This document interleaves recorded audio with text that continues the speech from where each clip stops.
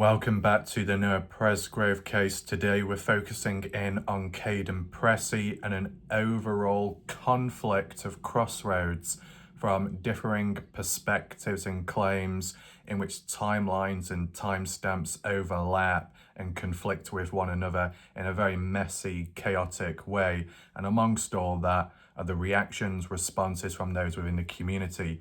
Join me today as we have a holistic look, looking at the key evidence for and against which may go against Kaden Pressy and vice versa, trying to figure out what's really going on and when did it all go so wrong. I'm also going to be making reference and acknowledging what people in the comment section had said, but we'll do it in somewhat of a summarized way because I'd like to add on my own additional thoughts later, my opinion on what I think at this moment in time. There's some sideline ideas as well, so expect more videos to come on the Presgrove case. Welcome if you're currently here during this live video premiere. Share your live thoughts in the chat box located on the right side of the screen there. And at any point or time, and for those watching on catch up, be sure to share your thoughts, questions, answers. It's all welcome down below in the comment section under this video. It will help with spreading awareness, keeping the case alive, and starting off new ideas. If you would like to support me, my channel, and what I do, there is a link down below in the comment section pinned message to follow through with.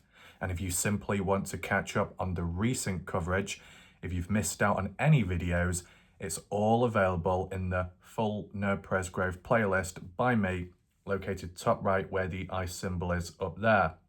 If you click on it, you get the drop-down menu box, playlist, and some loose videos attached. Recently, I've done a bit of a case study focused on individual party goers. Last one was on Jasmine Milan. Let's make one thing very clear. I made a prediction and I absolutely got it right. So anyone watching right now, feel free to give a round of applause. Catalyst once again.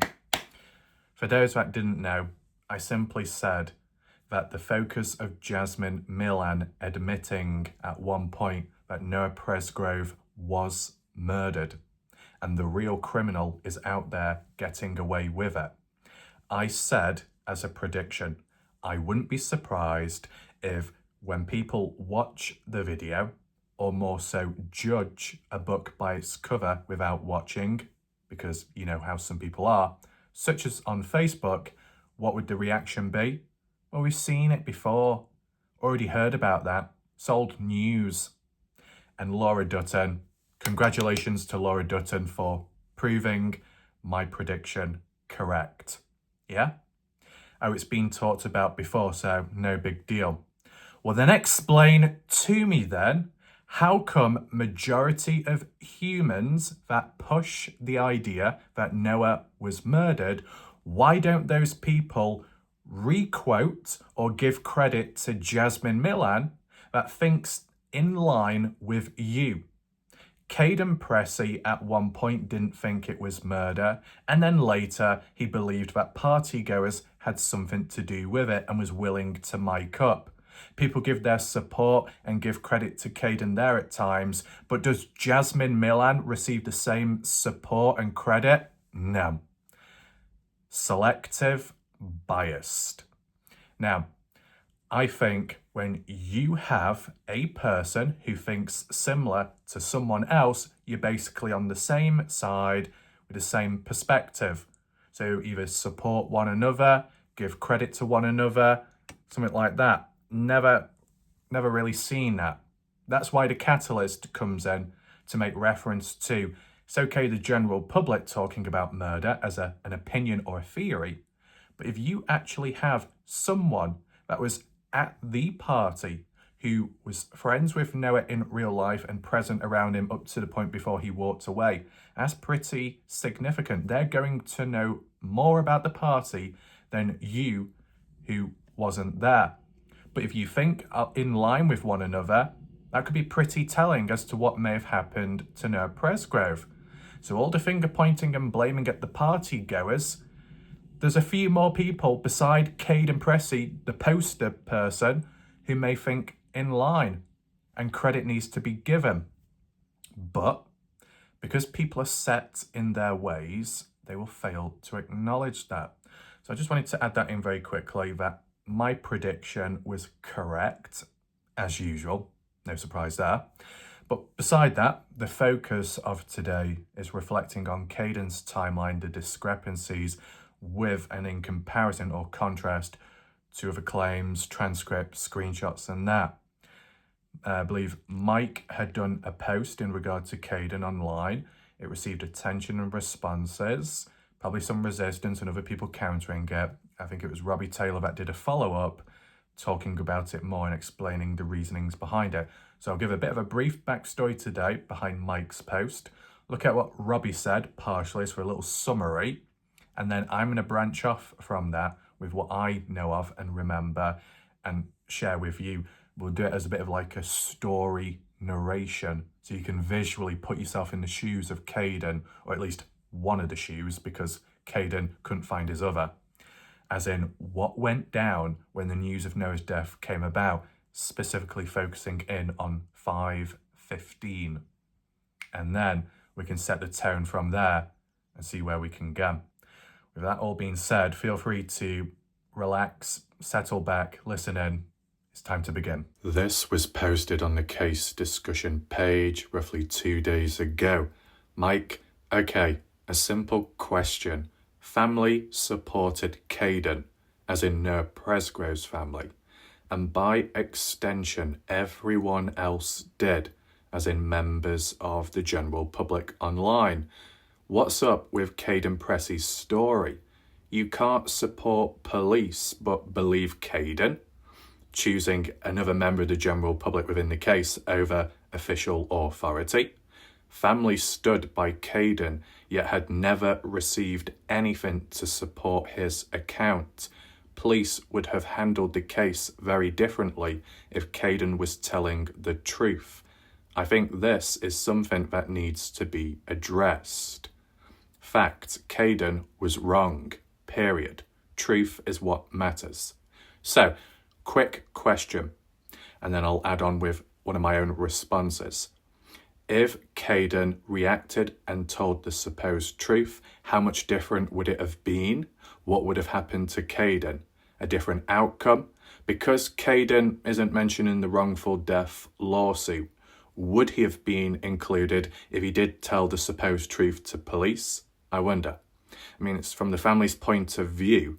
Kaden likely wouldn't be involved in it if the family of Noah are fine and get on well with him and there's no issues, no problem. They're going to see him as innocent. And that's where it comes on to the fact, Mike, that the reason why people will choose Kaden over others is because of initial first impressions, and that can go a long way. However, it does spark the debate again with emotional thinking versus critical thinking. And some of you will know about that. I'll explain more later if you stick around. So amongst this, there was comments, responses by people, and of course, once again, not everyone would agree. And then Robin, 20 hours ago, same group page, had said, I see a lot of responses on Mike Johnson's post asking how Kaden's timeline doesn't work. I replied to Christy on it with this same information, but thought I would post it here for anyone else to see. I have included screenshots to back up my information below. In the screenshot of the OHP interview, the one which was leaked, Alicia sharing it to people and then others leaking it online and as well on YouTube, the screenshot will, I guess, is a transcript from that police interview, just so you know.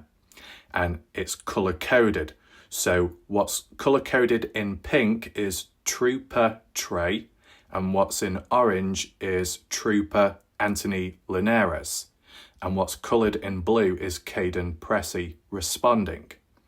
The girl's crying statement starts around 24 minutes into the video, and Kaden's time to arrive at the highway scene, estimated, starts around 47 minutes into the interview. That's in case you was to go and watch it yourself on YouTube. I hope we can discuss this like adults. Likely, that's a bit of a reach, Some will, others won't. With that being in mind, let's just read what's on screen here. It might be hard to see. I'm not going to zoom in because it might fill out the whole screen, but I'll read it out to you. You feel free to listen in. So that is red, but I guess it's what's supposedly pink. I'm not colourblind, it's just how it is. Some in blue, Kaden, pink, police guy, and yellow. Is it yellow? Police guy. Really, we just focused on Kaden's responses. So, please say, okay, so let's talk about that for a second. Kaden, from what everyone's saying on the group, please, that's fine. So, you're pretty certain that Jack Newton came through the door, party house door, if I could. Kaden, I'm 100% positive. Please, okay, I'm okay with that. So how long Jack comes to the door at 5:15 and then he leaves the house again to go back to the scene, the highway, correct? Kaden, yes. Please, how long do you or can you estimate between the time that Jack came through the door at 5:15 and when you arrived on the scene? Kaden, oh, it would probably be around 5:20, 5:25 when getting there. And Kaden, I'm not asking you for a time, I'm asking you, Kaden, oh, please, let's estimate the time that passes between Jack coming through the door of the party house at 5:15 and you arriving on scene. Kaden, please, how many minutes? Kaden, what can you explain that? Please, okay, so I'm gonna go down the hall. Kaden, then please, and then come back. I estimated it took me 2 minutes. Kaden, yeah, please. Well, so from the time that Jack came to the door at 5:15 and you, Kaden Pressy, arrived on scene, how many minutes do you think it was? Between the time of 5:15 of Jack coming to the door and you arriving on scene, how many minutes do you think that it was? And then other person, 10, 15 minutes, please, 10, 15 minutes. Okay, you understand because Kaden, yeah.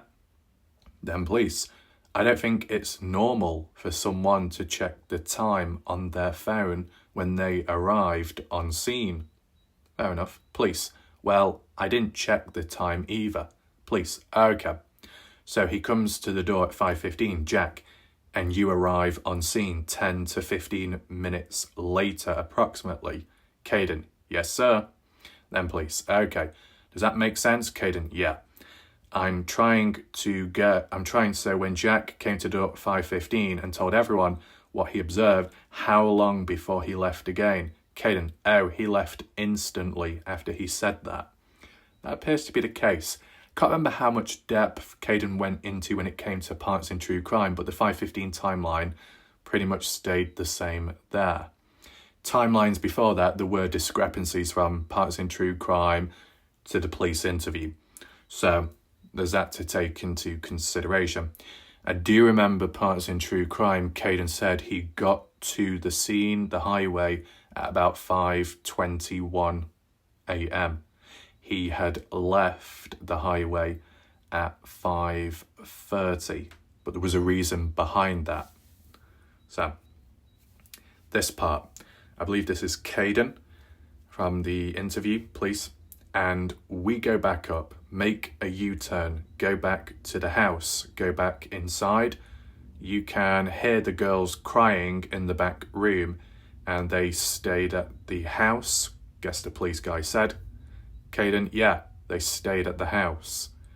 Right, this is after 5:30 when Kaden had to leave the scene with Brylan, Mikey, Isaac, and so on. And when returning back to the house, Kaden watched TV. The other guys went to sleep or rested, and one of the girls, I believe Logan, sat beside Kaden. Now, some of the details I remember, what Kaden referred to, maybe more so in the Partners in True Crime interview. Now, what you're looking at on screen is by Chris Pyatt. They said, I checked my Life 360 at the time. I went through there 10 minutes before his body was found on the 911 call. So at the earliest, that would be 5:43. So before 5:43, 10 minutes before that, that is when Chris Pyatt was around the area or so, going through. I'm guessing going through the highway, passing the party house, correct me if I'm wrong, and Chris says he was not on that highway. Now it does continue on, but unfortunately, we don't have the full context. How unfortunate. It's a little bit grainy and blurry, the visuals. It's a shame whatever or how long that message was, the rest wasn't included, whether it's significant or not. It's a shame that only part of it is shown. But when Chris says he was not on that highway, I believe Chris is referring to Noah Presgrove. As in when Chris was driving down, roughly in the area, he saw no sign of Noah Presgrove. Now, correct me if I am wrong, but if Chris by any chance was referring to Kaden Pressy, regardless, if he wasn't there, that means Noah wasn't there. If he wasn't there, Kaden wasn't there. And based on the timing, roughly, it would still be around the time as to when Kaden Pressy was talking about the 5:15 timeline, right? 5:43. Round it down to make it a bit easier. 5:40. 10 minutes before that, 5:30. That would mean Chris would or wouldn't have seen Kaden when Kaden is referring to about 5:20 to 5:30 when he was at the highway. There is problems. Now visually, there are more overlaps with different stories and points of views, different discrepancies, and it's not all down to discrepancies of party goers. Then you throw this one into the mix, the photo, Terrell, Oklahoma, September 4th, 2023 at 5:27 a.m. Hopefully you can see it clearly on screen. 5:27. This was originally the never seen before material which people trusted me with. I did a video on. The other people from the Army page and partially case discussion page, cretins that were very incompetent, very, very ungrateful bastards, wouldn't even acknowledge it. But they got never seen before material because of me, because I was the only one that didn't burn bridges down with key people in the case and so on. Just thought I'd add that in. Two different angles. Were they both at the same exact timestamp? Close together. This one being 5:27, the other one being maybe 5:28, 5:26, really close together. Seconds, minutes apart. And it's of Mikey in the middle, Logan with her arm holding out the phone, and Jasmine Milan in the background.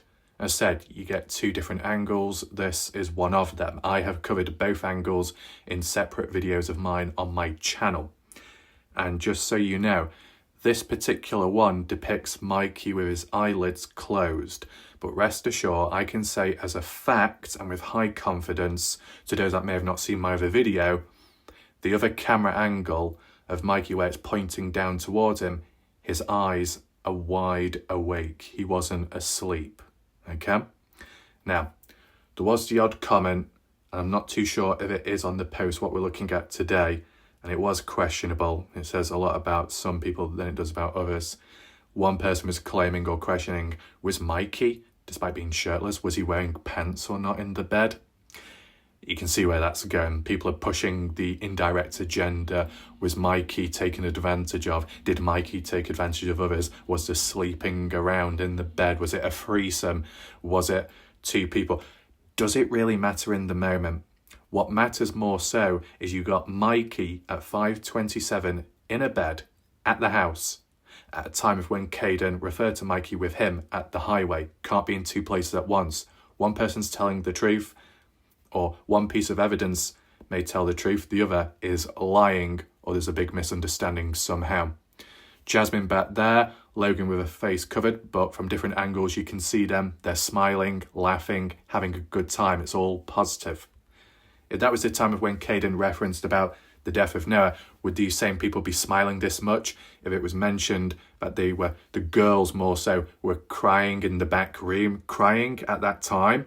Well, Jasmine Milan's smiling all happy with a thumbs up, like they've got no clue as to what's happened to Noah, implying that if this timestamp was unedited and true and original, it does contradict Kaden Pressy and make him and his timeline look wrong. If by any chance Kaden's timeline took a U-turn and it turned out to be actually true, then it makes this false. So one way or another, it's a bit of a double-edged sword. A person or a piece of evidence loses out and is in the wrong.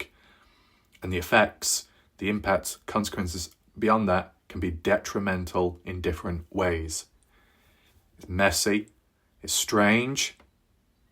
You got to look at the motives as to why each person could lie.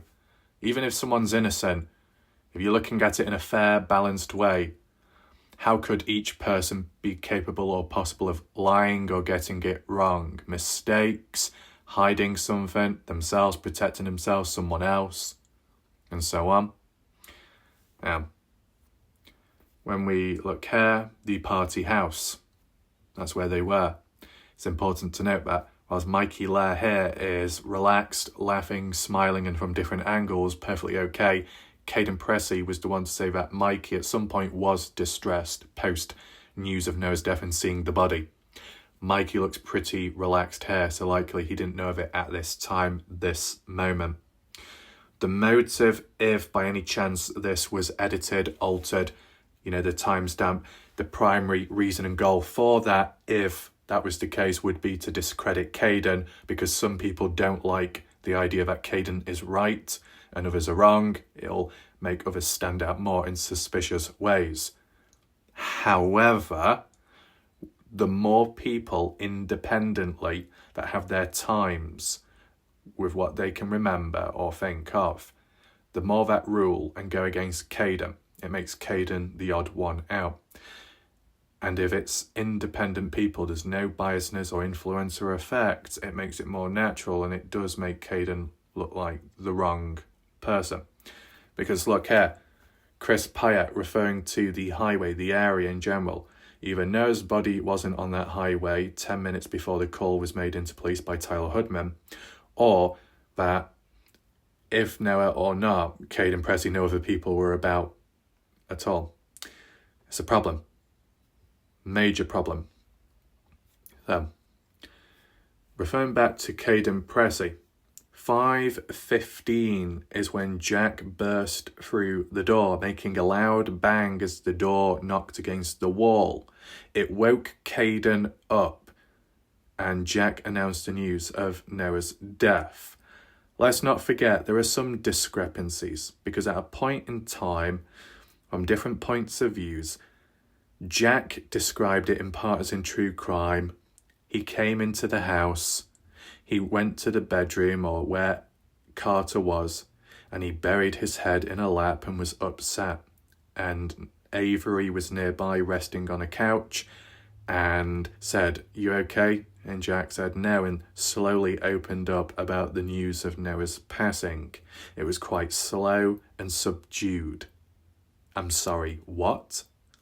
Because from Carter Combs' point of view, who would be a witness to Jack if he was in her arms, Carter Combs pretty much said something similar to what Kaden said, that Jack did burst through the doors and announce the news. And it wasn't quiet, it was pretty loud, and people were upset. So why would Jack give a different account of how he announced it and how he casually strolled in compared to Kaden and Carter that said, no, Jack did burst through the door or come in and announce it loud? Weird, just the discrepancies there. Beside that, Kaden Pressy said that once that news was announced, Jack was back out the door quick. Understandable. But Kaden said he had to physically wake the other guys up. If that's really the case, how come that loud door banging open wasn't enough to wake the other guys up? Unless they were in a very deep sleep. That's just one little question there. Then, When getting ready, Kaden was looking for his other shoe, unknown at the time that Noah was the one that was wearing it on the highway. So Kaden was hopping about trying to find his shoe. 2 to 5 minutes spent searching for it, from what I remember Kaden saying in one of the interviews. In the end, got to the vehicle, I guess his, with Brylan, Mikey, Isaac, and they took off to the highway. Now, my question would be, whilst Kaden was looking for his other shoe, I guess he gave up in the end. Now, did he stick with wearing one shoe on and then the other foot not wearing a shoe? Or did he choose to just kick his shoe off and walk in his socks or anything else, or bare feet? I don't know, it just seems a bit silly wearing one shoe and then one shoe off.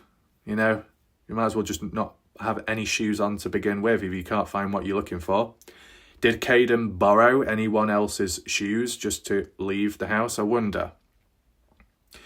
I mean, as for Noah Presgrove's other Adidas shoe, at the time of when Noah Presgrove was supposedly leaving the party house at 3:30, if he was the one that put on the wrong shoe himself, where was Noah's other Adidas black shoe then? Still left at the party house like the phone? Did Kaden temporarily wear Noah's other shoe then, to just make up for the missing one, the missing pair? I wonder.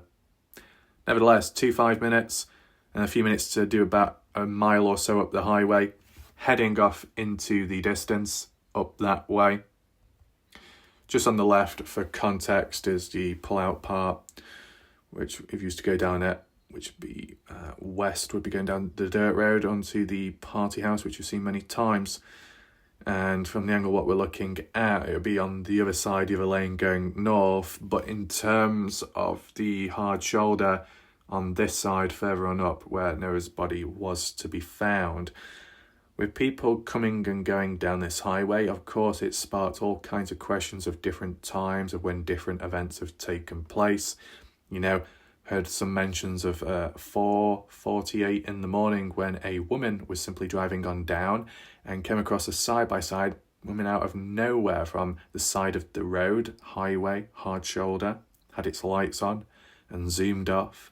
As in what direction it went in, I can't remember. I don't even think it was mentioned or explained, so it's not exactly helpful. And it was within a mile of where Noah's body was to be found out later. Within a mile? It's a very rough, raw estimate, to be honest. It's not exactly close. Did that side-by-side have anything to do in connection with Noah? I mean, if it's at 4:48 when that happened, Chris Pyatt was going down the highway around 5:25 to 5:30 or so, and saw no sign of Noah, maybe it doesn't link. 4:48, any form of disposing would be earlier, before that. When Chris was there later, no sign of Noah. So I don't think it links in that sense. Now, once Kaden got down to the area, roughly speaking, as you see on screen, Noah on the side of the hard shoulder highway, and Kaden had mentioned that Noah's arms and legs were sprawled out, spread out. Noah on his side, neck twisted, contorted, internal decapitation, very loose. When Jimmy Williams arrived later, I'm sure there was an article, it's hard to find now, and a quote or an indirect quote where Jimmy Williams mentioned that Noah's arms were tucked or folded in to his chest on his side still, but the legs weren't sprawled out, they were closed. So someone touched the body from the looks of it. Tyler Hardy had mentioned when he got there, no one had touched Noah's body whatsoever. So what Kaden saw at some point, even though the times are different between Tyler and Kaden, that Noah appeared the way he did, and then when other people arrived later, the body seemed to be moved, or limbs in different positions, which I'm not too sure why exactly. 5:21, roughly, Kaden got here with the guys. 5:30 when they had to leave. Whilst present at the scene, Kaden had mentioned that it was, I believe, either Brylan or Isaac, maybe Isaac, that was breaking down crying, and Kaden gave him, or one of the guys, a hug to say it'll be okay. Kaden considered getting a towel, fetching one from his vehicle to put over Noah's body for respect, privacy, and all of that. But upon Kaden returning back to the area where Noah's body was, ended up being confronted with a semi or a truck driver who was swearing, seemed a bit defensive, and said to Kaden, "You need to go, you need to back away." And Kaden said, well, he respects his elders, so that's exactly what he did. He left with the guys and returned back to the party house, and that's why I mentioned about the girls crying and did a U-turn back round. So, with that being in mind, Kaden was there, Brylan Mikey Isaac, Jack Newton was there, a truck driver was there, and another driver too. Kind of fits very, very rough description of Tyler Hoodman. However, Ken said it was a semi-truck, white, I believe, or a white service truck with or without a crane. Can't remember which way around it was, but that one matched the possible crossover with, who is it now? Cash Alsop. I think at the time chief volunteer firefighter or a part of them. But Cash was there at 6 a.m. onwards. Kaden Pressy's timeline is 5:15 to 5:30. So there is a discrepancy in time. And as for Tyler Hoodman, who was a semi-truck driver, matching Kaden's description there at least, that semi-truck driver, Tyler Hoodman, had reported in at 5:43 in the morning. So that's actually after Kaden had left. So, at the time I was interpreting it that what Kaden Pressy experienced was like double vision. You had a pair of truckers or truck vehicle drivers, passerbys on scene earlier, 5:15 onwards to 5:30. But then you had a second wave, a different pair of truckers, truck vehicle drivers, who were there after. And that doesn't make sense. First call that came in was at 5:43. So if there's any truth to Kaden's timeline, it would mean anyone else that was there at that time, anyone that had promised or said that they've called, clearly didn't. And then it would put others into deep questioning, from Jack Newton to two other strangers who may not know Jack as for long term. That would add and raise a lot of eyebrows. It would be very strange, would it not? Finishing off with what Robbie was referring to in their opinion, that if the 5:15 time is correct, where was Noah when Chris Pyatt drove through the area around 5:36 or 5:33? So either the 5:15 time by Kaden is wrong, the 10 to 15 minute estimate to get from one place to another, as in Kaden, was wrong. Mikey Laird did not go to the scene as Kaden claimed. The 5:27 Snapchat timing is being misrepresented somehow, or multiple parts of his story are inaccurate. Kaden's timeline falls apart using basic math and common sense. Kaden Pressy's timeline falls apart when you contrast it with what others say, like Tyler Hoodman, with what Chris Pyatt has said, with what other partygoers have said, and so on and so on. But is there any chance that beside Kaden, there are other people that have got it wrong and there's discrepancies and it's just all one big mess? Well, when it comes to partygoers who are already traumatised in the moment, their memories could be altered with negatively. But for others that aren't as phased or bothered, impacted as bad, because they may not know who Noah is and don't know the full context, would you expect them to make more or less mistakes compared to others that have suffered? Makes you wonder. So, what we do, we just take a look at the comments. There's about 175 at this moment in time, and we're going to select it to the newest because I think that's what shows all of them, or most of them. I'm not going to read out every single one, but you can pause the video if you want to when rereading the comments and so on. Anything that stands out of interest, I will acknowledge. So first of all, with Joyce referring to another snap from a different camera angle. As for the actual true timestamp, it wasn't actually given, but based on who they were in the bed, same clothing and everything, just a different angle. It's probably seconds or minutes apart. It's not that big of a deal. Okay? And it was the bedroom. 5:27, yes. Could have been the same hour, minute hand, but the seconds would have been different. That's all. A person called Joyce, different one. The only kid brave enough and with morals, Kaden, doing the right thing to speak out against the gang. And y'all are discrediting him. Shame on you. Joyce, shame on you for not considering the different perspectives and angles as to why people are the way they are with Kaden. It's not about discrediting Kaden. Kaden and or Alicia have done that to themselves or one another. When you look at the big picture, without any emotions, you will see and notice it. They may be innocent, and that's a good thing. But discrepancies are discrepancies, and they need to be acknowledged. If you're incapable of doing that, Joyce, maybe true crime, you're not cut out for. Simple as. And you know what? There's reasoning behind why people see Kaden as brave. But how brave is one? Depends on the circumstance, the timing of it all. But it's one factor, one turning point, which drives people in believing in anything and everything Kaden says. And with any mistakes made along the way, more chances of leniency, letting him off. Saying, oh, don't worry, it's okay, it's a little mistake. Would they have the same leniency towards another party goer that decided to speak out at some point? No. And why is that? Well, other party goers, on and off, have spoken out. Even Justin acknowledged it in Partisan True Crime interview the early days of the case. Then when things went south and people were kicked, removed, blocked, and posts were deleted by the family of Noah, there was division. It went downhill from the very start. So when other people made the attempt to speak out, whether it required bravery or not, they weren't acknowledged the same way as Kaden was. The only reason why Kaden Pressy is more acknowledged for his bravery is because the time when he spoke out was at the same time when others, other party goers were saying, Kaden, you're wrong, right?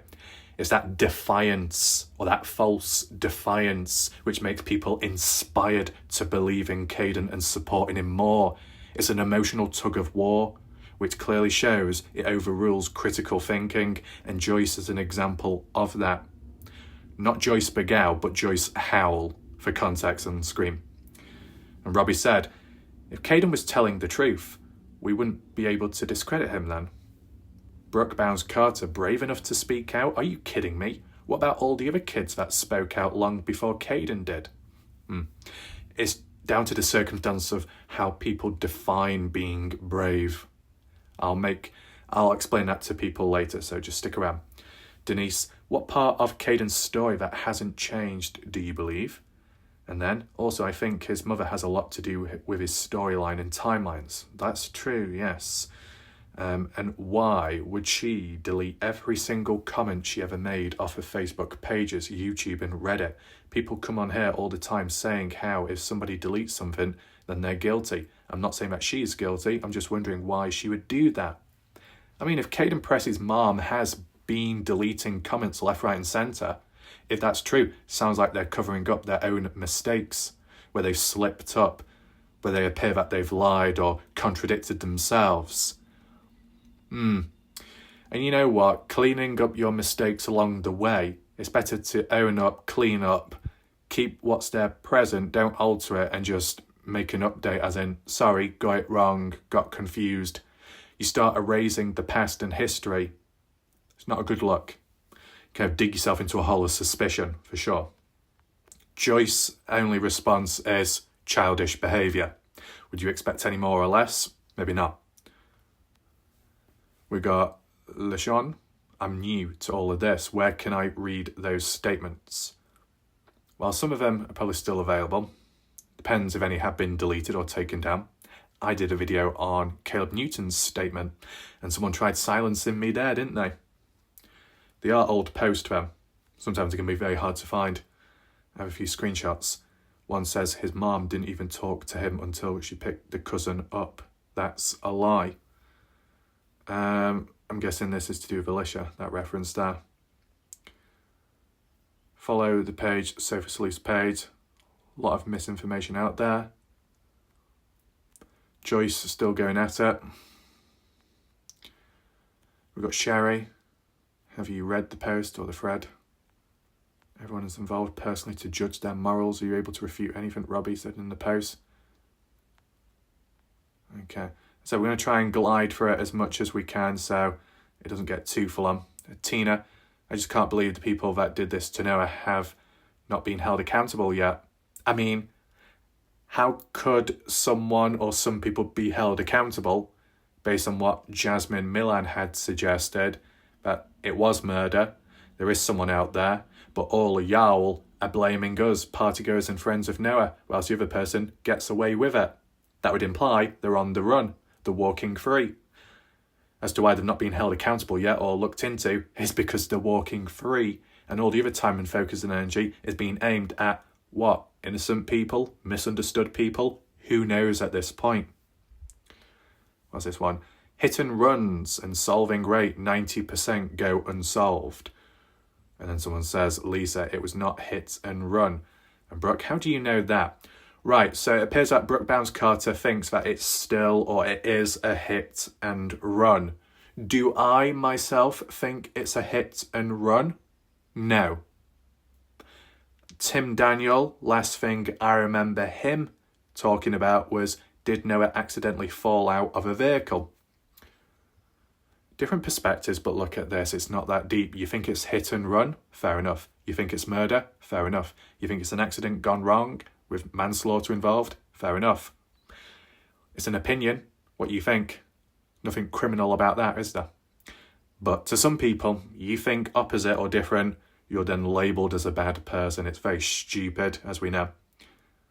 The autopsy says unknown, no hit and run. Well, yeah, but Brooke could be sharing an opinion, and that's it. There's no harm with an opinion if it's made clear. It does show him as a pedestrian. That's fine if you don't want to believe he didn't get hit. However, you can't rule out it though. Do you see Brooke Bounce-Carter, her response here? Just under this circumstance, if more people followed the response of Brooke Bounce-Carter here, that's fine if you don't want to believe he didn't get hit. However, you can't rule it out though. The community, the atmosphere would be a lot more stable and better. The opposite of Brooke Bounce-Carter would be an unsavoury individual from the army page that would say, oh, you don't think it's this? Well, you're paid off. Oh, you don't agree that it's murder? Well, then you're a part of the problem. You're a part of the cover-up crew. Do you see how childish that sounds compared to what Brooke says here? This needs to set as an example for how other people should react and respond to, avoid additional unnecessary conflict and just to provide that open air where you can actually breathe and think differently, right? Lisa wasn't hit and run. That isn't false. You can't get hit by a car, have no road rash, no injuries, have your shoes on and shorts off. Could a vehicle still be involved in other ways? We've got Miranda flaying this out, thank you. When it comes to Kaden's timeline, Kaden and Tyler never saw each other. Tyler didn't recall Jack leaving or Kaden's Jeep pulling up. Fair point. Noah wasn't on the highway 10 minutes before the call came in. Where was he if he was walking the road? There's a bit of a tight time frame based on that. Andrea. Shout out to Andrea. My guess with Tyler Hardy missing Jack coming and going is it could be due to a chaotic scene. I guess distraction. See, not paying attention to everyone's moves. The fact he didn't notice Kaden pull up could be due to that as well. The thing is, what's important to acknowledge Andrea and Miranda is that when Tyler Hardy was at the scene, he said himself he overheard another guy in a high-vis jacket telling someone that they need to leave the scene. Right, it was a bit of a commotion. Kaden Pressy had said at 5:30 he was told by a guy that may or may not have been wearing a high-vis jacket to leave. So whilst Tyler did not see Kaden, Kaden did not see Tyler, Tyler overheard a similar altercation event as to what Kaden experienced firsthand. So that's worth taking into consideration, correct? And if that guy that may have had a beard or stubble, as Kaden may have described, if it linked with Tyler seeing him or overhearing a person in a high-vis jacket and short and stubby with a bit of stubble, facial hair, and a high-vis jacket, that could link. And with Kaden also mentioning about a white service truck, which Cash Allsup had, Cash Allsup may have had a high-vis jacket on, I think he did, and a bit of a beard, short, stubby. Could have been the same person. If Cash was there, and Cash was the one that told Kaden to leave, and Tyler heard Cash, known to him as for the name and identity, all ties in around the same time, but it would ultimately mean that it was around 6 in the morning onwards and not 5:15 based on Kaden's timeline, just on that by itself. What else do we have? I think it's where the confusion lies, because Kaden did not know Tyler, nor did Tyler know Kaden. Kaden describes the person as being short and stocky, told him to leave. Well, Cash Allsup is a bit short and stocky as well, so there is a link there. And the high-vis jacket and the facial hair. Maybe the post hasn't been up long for everyone to see, but I wish Kaden's supporters would weigh in. Right, well, I guess that has happened since. His timeline doesn't fall with his cousin, the rodeo princess, either. What? What is it with this code word? Yeah, people are confused. I don't blame you. His timeline doesn't match with his cousin's either. His cousin, as in Georgia. Well, there was a time when I think Alicia was talking about timing and everything when picking up Georgia, and that was a disaster, to be honest. Remember when we went through all of that? Kaden also stated that Mikey was in a different place. Yeah, we saw that. Just check these, acknowledge them. If you want to pause the video, feel free to do so. You have the part about whose bed Noah wanted to supposedly sleep in. Wrong, it's not Jasmine Milan, it was Avery, yes. Right, so we've got the confusion there. I've seen a still shot or a picture of them with the whipped cream, is what Robbie says. I'm not sure about a video. Right, yeah, so Robbie, if we're talking about the same thing, Noah, I don't know if I'll get it up on screen or not, but if I can find it. But yeah, there was a video clip, it's on my channel, Robbie, of Noah Presgrove laid out on a kitchen table, topless, wearing his hat, shorts, unknown what colour. Jack Newton is beside him, leaning over, with whipped cream on Noah's torso and chest, upper chest, and Jack Newton is licking it off and either spits it out or it falls out the mouth or on the tip of the tongue.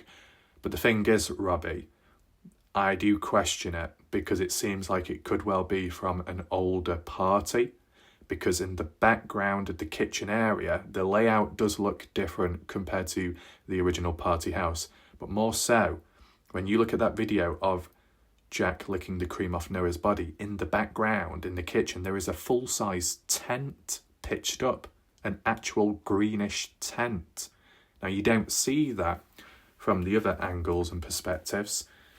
And I'm sure from some other angles it showed like deers on the wall, the heads of deers hunting. I don't remember seeing that from the party house. It makes me think it's a different party, different video clip. And some people decided to take it and think, oh, look what we found. This will apply to the party which Noah attended. But I don't think so. I think it's separate. I think it's outdated, in my opinion. It wasn't anything that major or significant to begin with. But I believe there was a time in the earlier days when it came to, on other pages, in regard to people claiming that there was a video of party footage at night of Noah being beaten up and a fight breaking out, but it turned out to be different people, a different time, outdated, unrelated to Noah, different party, completely different people. Sometimes it can show the levels of desperation people will go to in order to finding stuff, and other times it's just down to misunderstanding. What's this one? Jasmine stated on a snap, Noah missing 3:41. Kaden's mum posted time of 3:43. As in what exactly? Recounting it a few minutes apart could have been a mistake. That wasn't at the party nor where the party was. Yeah, correct, show it appears to be the case. Different time and place, yep. Yeah, but it seemed like a different place from the looks of it. What else? Oh, honey, there you go, making sense again. I know nothing about cars, couldn't identify. Right. Do cars indicate collision among their data? No idea if Chris's truck is old or new enough to have computers and feel sure. LE, right. Kelly Pounds. Oh boy, not Kelly. I need to lose a few pounds again. The one that is very petty with me. And the gangs are all here backing each other up. Yes, great job, y'all. Well, if you keep talking about gangs, that sounds really cringe-worthy, that degenerative language, Kelly. Why not the other gang meet up then and support Kaden? Keep talking about gangs, keep talking about imbalance, keep talking about YouTube channels and, certain communities and certain viewers selectively all watching together. Well, then where's everyone else? Step up, unite together as a united front that you all are, y'all are, encounter the darkness, but no one takes action. It's just whiny words. What good does that do? What does it really do? So, quick look, these aren't facts, it's just a person that thinks they have the timeline all laid out perfectly using times that may or may not be correct. Oh, just like Kaden's then, is that what you're saying? That everyone's is in their own thoughts and minds? Really? This has been discussed over and over again. It may have been, but has it reached an end point, a conclusion? No. So it will be talked about until it's solved, Kelly, impetuous Pounds. If it was so simple, why isn't the case closed? Well, you do need to understand, Kelly, the difference with this case compared to other cases true crime out there is this is a party which at some point was about 30 to 40 people from, if you believe Kaden Pressy, 30 to 40 people that were there one night, right? 30 to 40 people, 30 to 40 possible mobile phones to go through, 30 to 40 possible people to interview, and so on.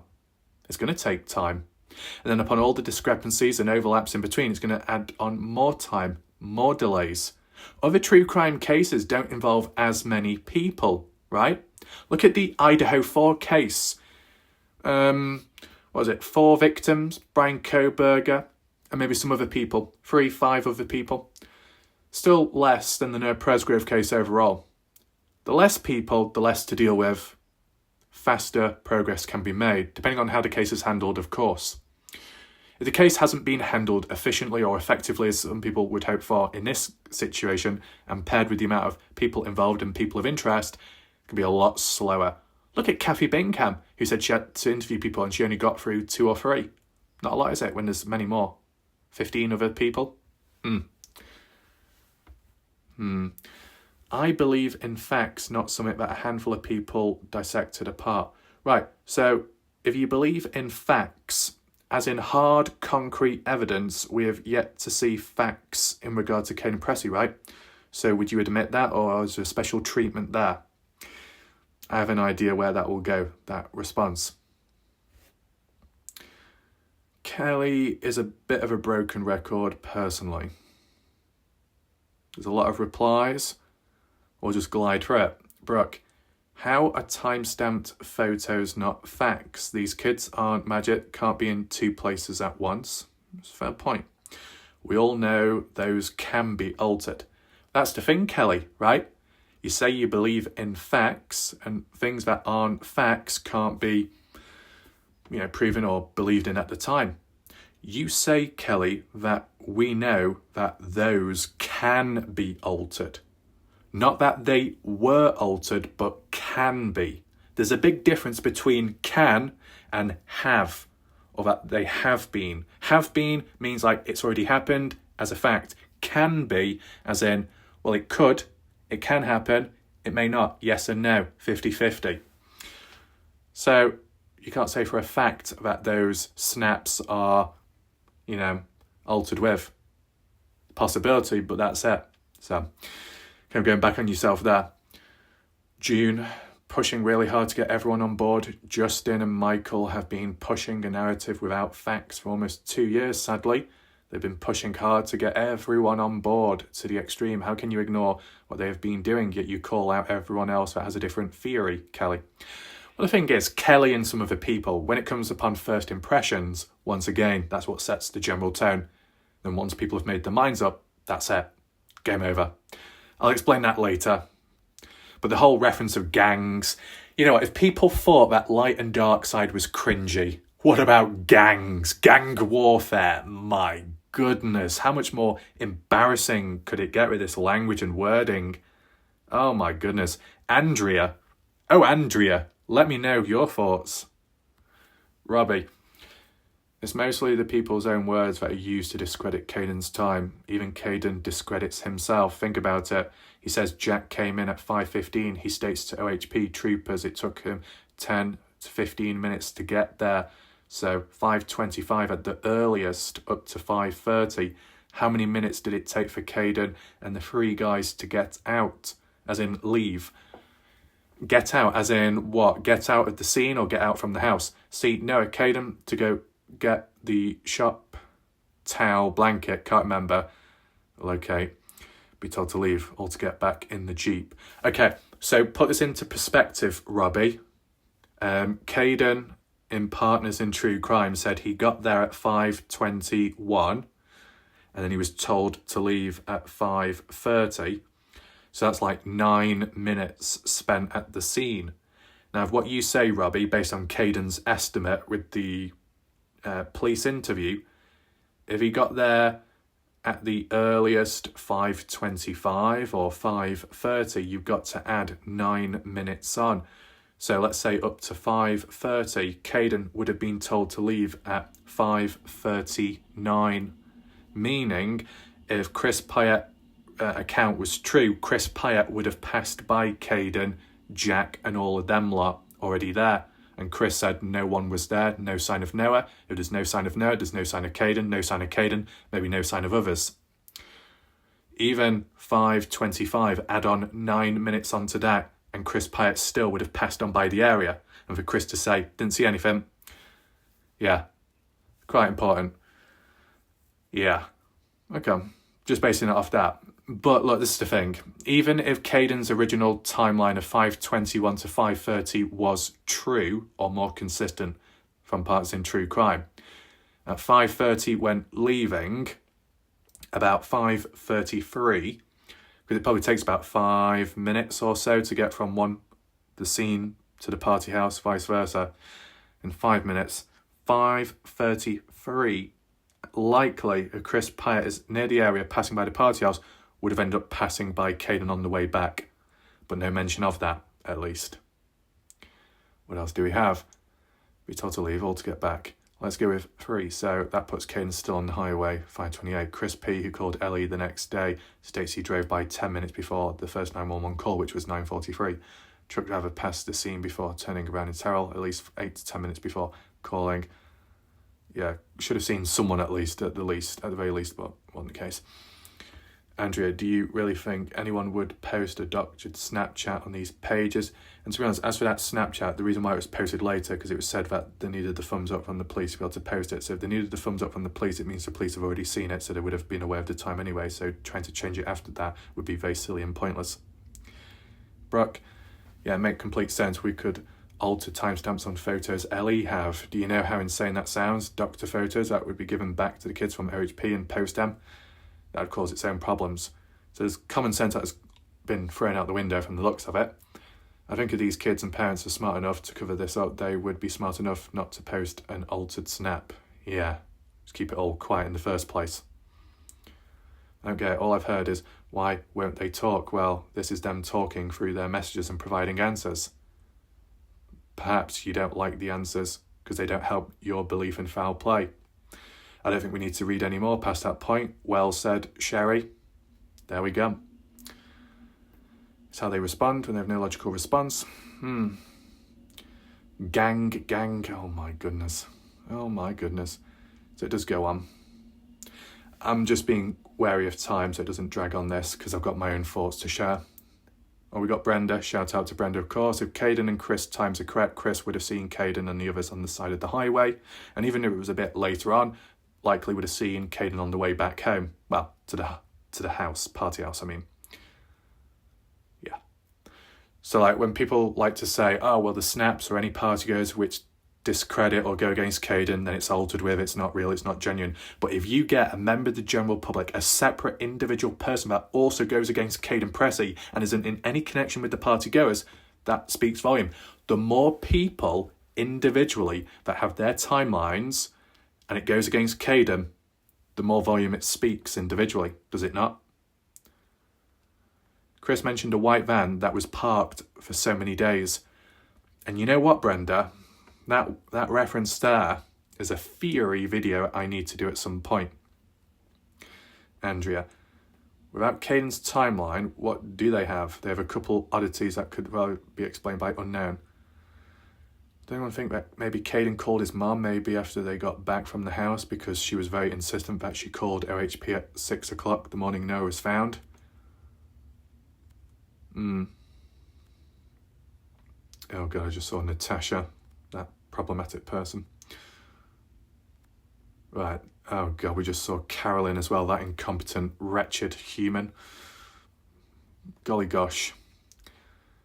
Caden's timeline's wrong. Did you bother to actually read the post or just jump? Well, Carolyn likes jumping about, doesn't quite think. Pope Joy, jump for joy. My goodness. I have a feeling you've been sharing and told us before. Okay. Right. If you want to pause the video, feel free to do so. It's like a broken record. Oh, well, we know a few of people that are a broken record. Timestamp on the step of miking two girls. Some people think it could be altered. My opinion is a person would be dumb to alter it knowing full well Ellie has to snap already. Yes, Jasmine is too happy. And look, this is, you know what the interesting thing is, Brenda? That snap of them in the bed. And yet, you know, the general public, others that say, oh, it's been altered with, it's been manipulated in some way. Those are the same people that were pushing it, that all the party-goer phones were completely wiped. And with what Robin originally said as well on Reddit, I believe, Robin Smith. If all the phones of these party-goers were wiped, then how the hell do we have all these little bits and remnants of the party footage from at the house? And so on with other stuff. If it's wiped, shouldn't it all be gone? People are contradicting themselves, aren't they, Brenda? You know, that snap of Mikey in the bed is very crucial, is it not?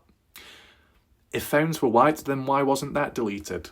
But it was retrieved, it was found, it was present. So if you're going to say it's wiped, you might as well say everything's gone, but there's some stuff that's still about, at least. So, yeah, weird. Talked to him all the way home, and he was crying. Yes, Brenda. Was that Mikey? Mikey and Brylan, Isaac, Mikey was struggling when in the car, crying on the way home. Brylan and Isaac upset as well. Waited until he got home to tell his parents about Noah. Yes, Brenda. I remember that. Oh, Brooke then says, yes, Brenda. And how about when he said he came in holding his shoe up, talking about Noah, had the other one on, but yet still says he left the girl's house not being able to find his other shoe. How did he magically know he had it on when he left to go home? He couldn't find it. Wait, what? What? Let me just reread that. How about when Kaden said he came into the house holding his shoe up, talking about Noah, had the other shoe on, but yet still says he left the girl's house not being able to find his other shoe? When you say he came into the house holding his shoe up, you mean Alicia's house, his house, when returning home? Well, it was described by the autopsy, the ME and all that Noah's found with a pair of mismatched shoes. So what are we saying about Kaden took his shoe off Noah's body at the scene? What? Me personally, I believe some of it was shown actual reasons. Okay. Natasha, oh boy. I don't recall Kaden saying he couldn't find his shoe when he was leaving. Oh, Natasha. Depends which shoe you're referring to, but in general, Kaden did say that. Natasha Smith, an individual that likes to complain about Warlight Ref and the channel. Natasha messing up themselves. Clearly not in a position to be talking. Simmer down. Simmer down. Kaden Pressy said he spent 2 to 5 minutes looking for his other shoe, which he could not find. And later found out it was on Noah at the highway. Okay, pretty simple. Maybe not. Didn't he mention not knowing at first that Noah had his other shoe on? Later, Noah had his shoe on. Yeah. I don't see a reason for her to put it on her. Just makes to be a liar. I'm so confused right now. I'm going to step back for now. Going to do more. Carolyn, I think you might need to take a few months off to catch up from the looks of it. He did look for his shoe because he made a comment. Yeah, 2 to 5 minutes, 2 to 7 minutes, exactly. There we go. Tell me, so what time do you think Jack woke up the boys and told everyone that Noah was dead? So asking an alternative opinion and thoughts. Let's just quickly glide through this. Oh my goodness. Oh my goodness, how many more responses? Right. Feel free to pause the video whenever you want. This is like more opinions, really. That was to do with highlighted blue portion is Kaden OHP interview. The other is a screenshot of Alicia talking about her in the small SUV.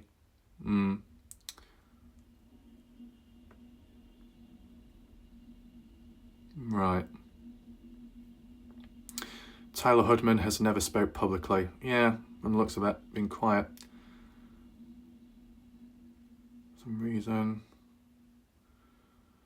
And what's that one? I'm talking about? Yeah, that's one confused. Whoever those people are. Brooke says, thank you for posting this. I don't know how else to not see this as black and white on 5:15 timeline being nothing but false. Mike, Chris P's account of that morning makes me truly believe Noah had not been there long before the 911 calls. There's a very small window there is. Police have things narrowed down. So, if just before 5:43, just before that, however, after 5:33, very tight time frame window, no Presgrove walking away at 3:30. What the hell was he doing then for those hours? That's what's unusual. I think we need to do a map analysis of that at some point. That's this one here. Chris P's account also makes the blood seepage that Dalen saw make sense in the amount of time the blood would take to coagulate, with Dalen and Victor arriving 7:30. Around 7:30. Was it 7:30? Oh yeah. Sounds like whoever was messaging Noah's dad was very disrespectful. And people are guessing who it could be. Right, so yeah, that's pretty much it there. Let's get on with my thoughts now. Whilst we're also here, speaking of comments in addition, I'd like to highlight the Incompetent Planks of the Week award. Now, it has to come in joint place because there was so many incompetent people running for first place that they've just got to share the award because it's that embarrassing. So somewhere on screen right now, you'll see the comments. Feel free to read them and facepalm yourself. We got WJ Heel still yapping on after making a serious false claim about one of my previous videos, claiming it was clickbait when there was no evidence of it whatsoever. A person in that position making a false claim like that, pathetic. No matter what side you're on, it's pathetic, isn't it? And now, a reference to listening to a creepy voice and torture. Unusual, isn't it? I guess people forget that, you can mute the video and you can put the transcript on instead. I mean, people that are deaf are more competent and know what to do. A deaf person Oh, I can't hear the voice. Never mind, I'll put the transcript on, the subtitles. So a non-deaf person is so much more incapable of knowing what to do without taking initiative. Ridiculous, isn't it? Absolutely ridiculous. And then, of course, we have some other humans below. Stevie has something referring to Warlike Ref is a gamer. Oh, is that supposed to be some kind of insult? You know, is it a bad thing to like video games? A personal hobby? Is that evil? Darkness as well, and flowers. So because I am an amateur photographer and I like playing video games, it makes me a bad person. I'm sorry, I forgot that us males are not allowed to have hobbies. Us males can't just do something simple without being heavily questioned. Get a grip of yourself. Worthless presence. Worthless atoms. Mentioning of photos of muscle and first traps. Oh, we're using some very trendy wording there. So basically what Stevie Ill-Gotten Gains is suggesting that because Warlike Raf, who actually has partially a fitness channel, if you actually bothered to look on my YouTube, I have a fitness playlist. I did a 1 minute press up. I did about 52, 53 press ups in 30 seconds. And some other ones, the pistol squat, flexibility test, running on my knees, lifting a 100-pound weight up in front of me like a front raise, and so on and so on. I'm not allowed to do that. This is my channel. This is my place. I can upload whatever I want, okay? So Stevie, I think it's best that you stay in your lane on Facebook because you have no clue how YouTube works, and clearly you have no clue what I do on my own channel. Just so everyone knows, before I actually covered the Presgrove case, let alone before I actually covered true crime, I did many other different videos, from gaming, reviews, exploring abandoned buildings in real life, nature photography, unboxings, reviews, analysing humans psychologically speaking from the age of 14 in 2014, and then some mysteries on and off. So I'm a hybrid. If you actually looked at my channels and my original videos, you'd know I'm a hybrid, but incompetent people are incompetent people, and it's an embarrassment because, look, a lot of humans try to explain my channel. A lot of humans out there try and analyse, and they all fail miserably. They look at a few seconds or look at a still image and think they know it all, and they've got no clue. It happens too often. So I would say it's got to that point now where I think we can officially say that, yeah, the Dylan Rounds case community was full of a lot of cancer, disease-ridden humans. Well, the Presgrove case has surpassed that. So well done, everyone that's contributed to that. Well done to all the disease-ridden humans. Great job there. But beside that, focusing back in, what I'd like to mention and bring up the psychology behind why people will listen, believe, trust, support, hold Kaden up, but not others, and not police.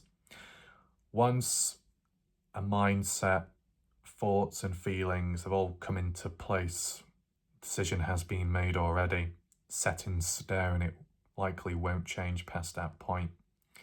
So a person that they look up to and support, get the full support.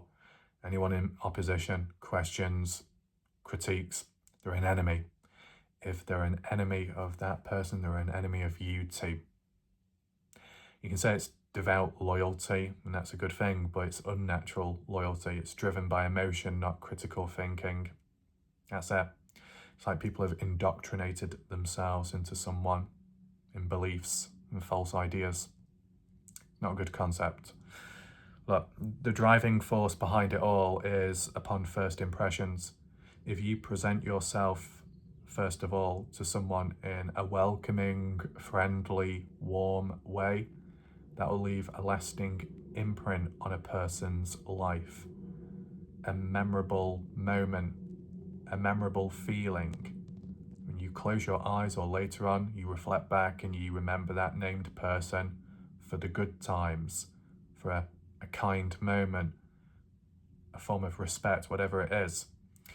So they'll look up and think, oh, that's nice, that's good. Playing to the role of what that person's gone through, the age that they are. Not that it's a sympathy vote, but it will play a role in people coming up with their final judgments and outlooks on said individuals within the case. The younger the person in a case, a victim's friend, a victim's family member, the younger they are, the more emotionally driven it will be. Just like when you get talent shows on TV, a person comes on, tells their sub story, and the young, the vulnerable, people are going to fall for them. They're going to believe in the story more. They're going to be really invested in that person.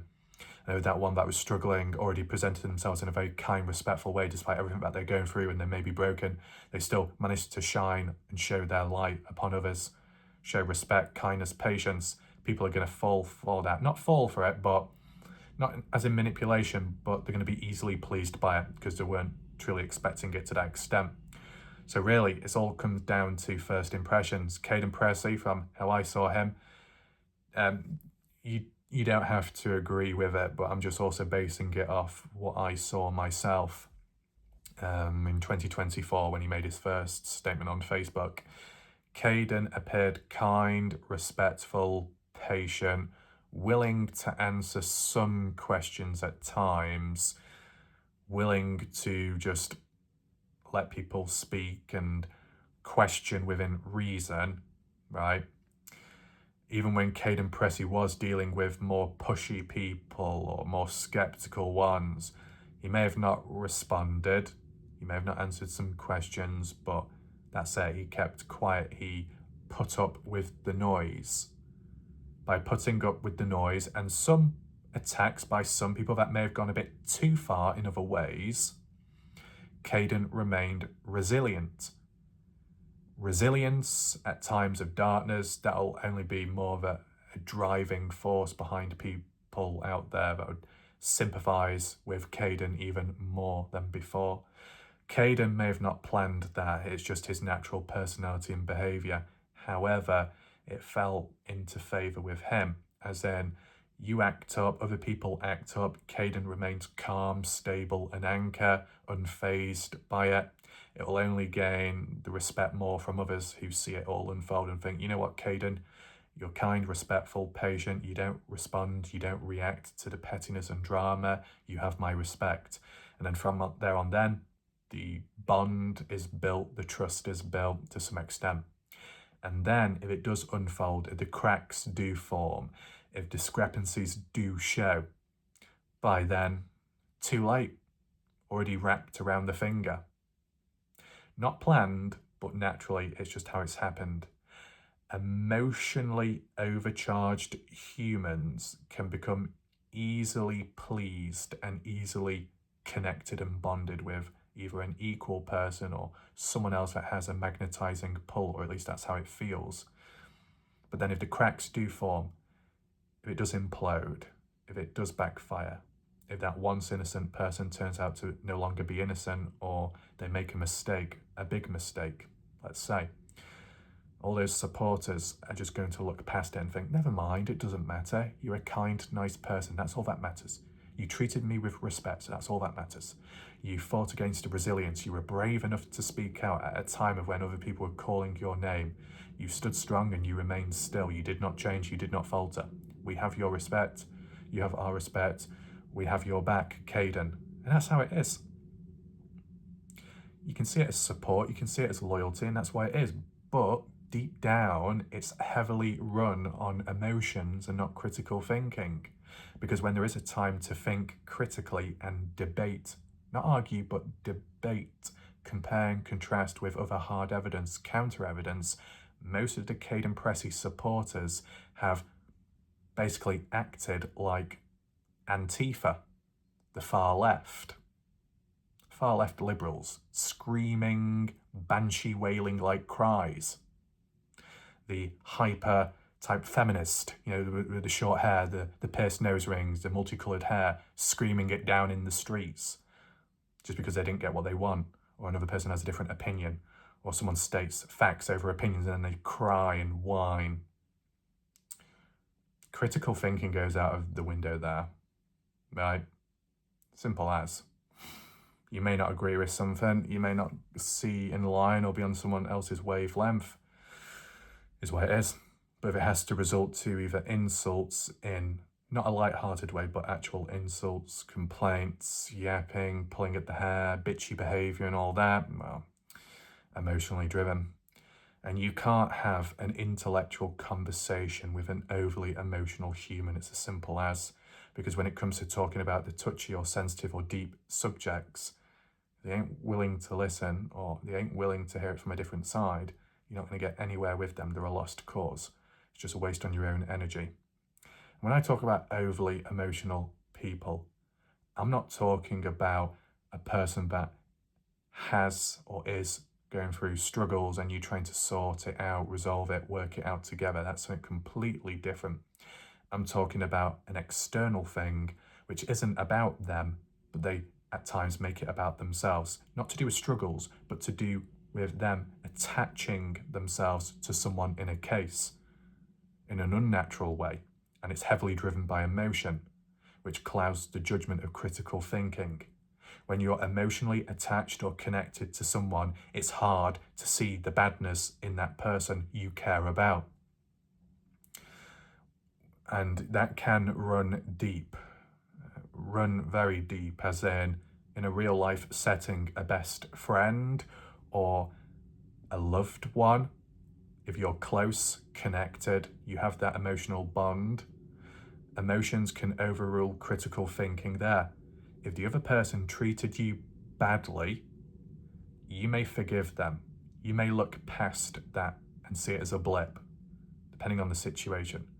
You may even reflect back on a previous encounter, which was bad, and you'll still try and justify it by looking at the positives as a means of coping. It's the emotional mind being overrun, because the critical thinking is the reality, and that's where the scary thoughts are. The reality, and accepting what has happened is negative, is bad. You may have been hurt, you may have been screwed over, you may have been used, yet you look past all that retrospectively. And even in the moment, one event after the other, you look past it because you don't want to accept the true darkness. It's understandable, but beyond that, you want to hold on to the positives because you're emotionally invested into someone, because they're important to you in some way. So to critically think would mean either detaching, stepping back, or seeing them in a less desirable way. And that's not something that you want because you actually like that person. And you will push on and try your best to see the best even till the very end, but at a cost. And it can impact yourself at the end. That's what the problem is. The critical thinking part can mean and should mean detaching your emotions from someone or something to be able to think in general. But it can be very hard when you're already emotionally bonded or connected to someone. It can be a parasocial situation. It can be an in real life thing. It can just be to do with a case, right? It can even be like a celebrity that may have gone to court, being falsely labelled or being labelled in general, and then the fan base are very defensive and protective over that person. But it gets in the way of the legal side. It gets in the way of the true justice. It gets in the way of the critical thinking. At the end of the day, under certain circumstances in life, emotional biasness towards someone you know and connected with, sometimes it can be a feeling or a want that's desired the most, that a person can look at the imperfections, the weaknesses or the limitations upon someone else, or that someone else feels that about themselves, but the other person looks beyond that and just acknowledges all the positives. That emotional biasness in a connection like that can be somewhat healthy and desired, and it's nice. It says a lot about the other person, the positive qualities. But if you're talking about a case, you're talking about true crime, it has to be left at the door. Because ultimately, if you bring it with you and you get connected to someone within the case, and if down the line they turn out to be fake, bad, responsible, guilty, or something goes wrong, you're not going to change. You're going to support them, and that can get in the way of the case. It can cause a lot of trouble elsewhere. It's because it becomes a conflict of interest by that point. Conflict of interest where you just defend that person unequivocally and constantly because you can't look past beyond it. You've already made your mind up. See, the difference is with me, when I came into this case, it wasn't all happy, hippy-dippy rainbows, flowers, and overly positive behaviour. How I am now is exactly how I was then. I just covered it from a different side and perspective. Did I get overly praised and showered with flowers? No. Did I get overly defended if I was ever attacked? No. No. So, because the initial first impressions weren't really impactful like other people were, it was more neutral, okay? So, set in stone, it wasn't overly positive, meaning it was easier for people to go against me, to turn on me, to, stab me in the back, to speak behind my back, to change in behaviour, because they weren't emotionally bonded to me the same way they were bonded to Kaden Pressy. That emotional chemistry just wasn't there, right? So when I covered it from different perspectives afterwards, people were like, oh, thinking all the worst case scenarios. Not positive, just negative, and that's it. Yeah, if Kaden Pressy slips up, makes a mistake, or something goes wrong, it's like, oh, never mind, Kaden, it's okay. It all comes down to how Kaden was in the first place. Very kind, very respectful, very nice, maybe people-pleasing as well. And people fell and loved those qualities with Kaden. I came in straight-faced, not much emotion, trying to learn, and that's pretty much it. No special treatment, nothing like that. So I didn't touch people's hearts the same way, as in, strangers. If there was nothing set in stone then, there wouldn't be later. It's only like a situation where, like with a friend, just randomly a friend, you know someone for 1 week and then they just break up as friends. What harm? You don't really know them, you're not really connected to them, is what it is. Compare that to someone that you have known for 20 years and then they suddenly just depart, walk away, break up as friends. Big difference, isn't there? Greater void, harder to fill. Silence felt, much more. The closer you are to someone, the more difficult the situation is, the stronger the effects and the side effects. If it wasn't really much in the first place, no foundations built, wasn't much to lose, easier to just change like that with the mind. You can change like that, you can disconnect like that, you can disassociate like that if you don't really know the person. But the more you know them, the closer you are with them. It's not a switch. You can't just turn off. You know someone long enough, you're connected with them good enough, you have the chemistry with someone. You click like a spark, a match, and other people clearly see it. You can't just walk away from that. You can't just run away from that. You can't hide away from that and think everything can just turn off and stop. Your thoughts, your mind, your heart, it will not stop just like that. So that's the difference between knowing someone for 1 week, knowing someone for much longer. People in the Presgrove case have known Kaden Pressy for at least a year, if not more. So that emotional time to bond and connect is very high. It's hard to break away from. If a balanced, non-judgmental person came in now and looked at both sides, they'd be outed, they'd be strangled, they'd be lynched, all that, wouldn't they, metaphorically? So when people get really sucked in, it's hard to get out. I think that's what we're seeing with people with time. What it has led to is infantile-like responses and insults, and it's really embarrassing, right? But these are fully grown adults who are acting like that. With that all being said then, where do we stand right now? Well, we're looking at Chris's comment, first time I've seen it myself, it really does make things stand out more. I think with what Mike is suggesting, I already had an idea in place, but I will be doing a map analysis visually to show you the time discrepancies, but also the overlap of the differing stories, including the blue sports car. Let's not forget about that as well. lot of different people, a lot of different events all happening at the same time or close together. There's a lot going on if it all was true. Likely some of it isn't true. But join me next time. For now, I hope you enjoyed this video. Be sure to hit the thumbs up, share the video to spread that awareness, full playlist, top right corner, and make sure to drop a comment down below. My name's Wyatt Raff. Goodbye. Good night for now.